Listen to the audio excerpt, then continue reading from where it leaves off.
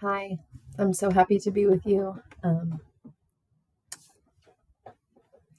I want to go a little bit deeper into the 5 gates of grief that I mentioned at the beginning of the week.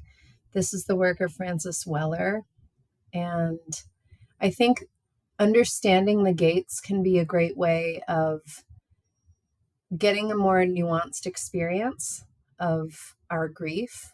It allows for a more precise identification. And one of my teachers, one of my somatic experiencing teachers, said this phrase: precision is titration. And titration is a principle in trauma healing where you essentially just dose your nervous system with enough of the challenge. It's like scaling the weight that you're lifting. You don't start out at the heaviest possible weight.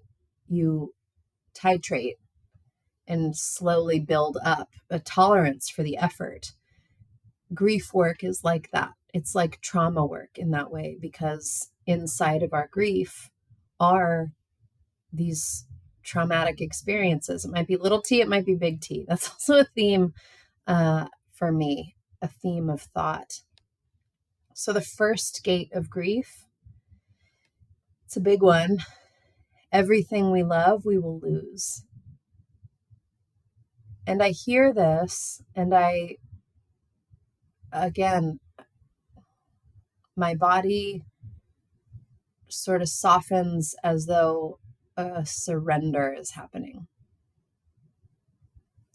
And there is an element of surrender that's like I give up, but I give up fighting against this. It's my experience. I shared a poem recently on Instagram. What is it to open, but to blossom? It's like to open is like blossoming. And what is blossoming but a flower saying, I can't do this anymore. I can't just hold so tight. And with our grief, that surrender is essentially an opening to our feeling, an opening of our body and our spirit to the reality of how ephemeral our experience is here on earth, to our mortality, of course, and to the nature of endings. So there's grief built into every part of our human experience. And I take personally comfort in that, because it's, I think for me, one of the biggest and least identified elephants in the room. We are all in this American corporate culture attempting to assert control over outcomes. If I just own enough, if I just plan enough, if I just optimize enough. And the fact is, there is no enough, because everything you love, you will lose. So for me, it feels like a relief to admit the truth and to then deal with that truth. But of course, that capacity to be with the truth takes time to build. It is a muscle. And so you've likely done this practice with me before. But I just invite you to take a moment to notice how you're affected by these words, by this principle, by whatever images have perhaps come to you or emotions based on what I've spoken so far, your own experience of this type of grief, this portal of grief. And then allow your eyes to close and bring your attention down in your body to wherever your physical body meets a solid surface.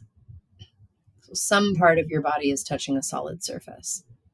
Presumably you're not floating in space, even if it feels like it energetically. Let your attention settle on that meeting place between your physical body and solidity, ground.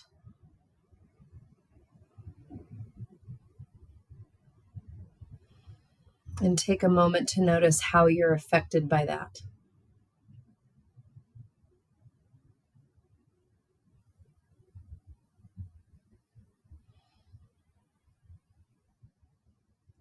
And then feel into the possibility that you might want to lean into it or almost collapse into it. If that is your impulse, follow it. You might notice the impulse to open your eyes and look around, and I encourage you to follow that impulse. So you're learning to recognize cues from your nervous system and to meet yourself in that.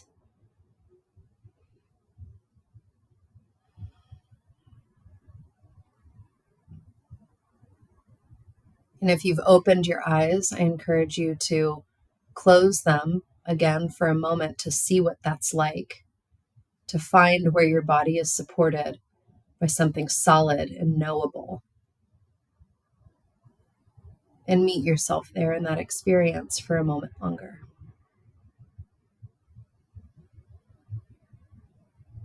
And those of you who may have felt the impulse to collapse, track your experience of that. Perhaps a spontaneous opening of the eyes or stretching of the body. Perhaps you've gone very still, and that's okay. All of this is information.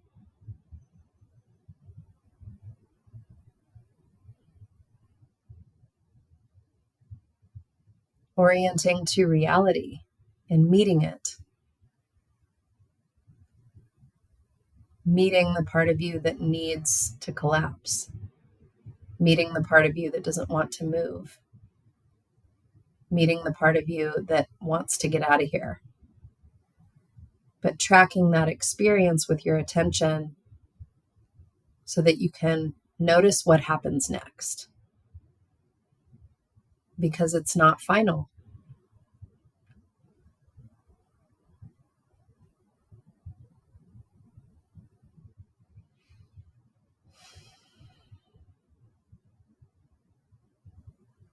And as you begin to notice your experience shifting in any way, just see if you can name what's happening. Name what's happening for you physically.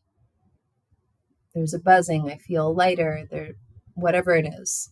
Sort of narrate your experience.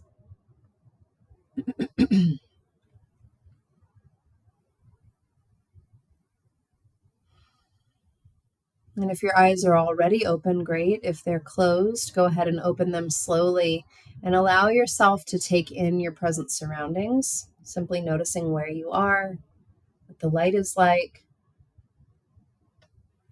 what is interesting in your space. It might be simply noticing the exit.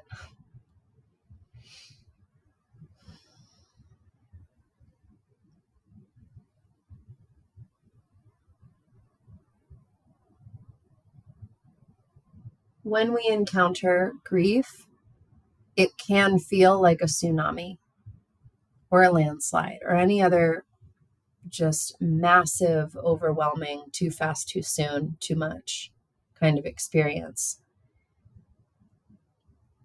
But the practice of grieving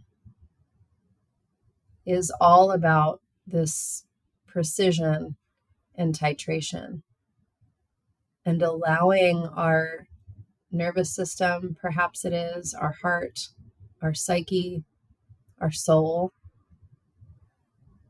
to process what we have lost, to experience and express what it means to us to have loved and lost. You all get to experience my weird purple screen. Every now and then my computer just turns me purple.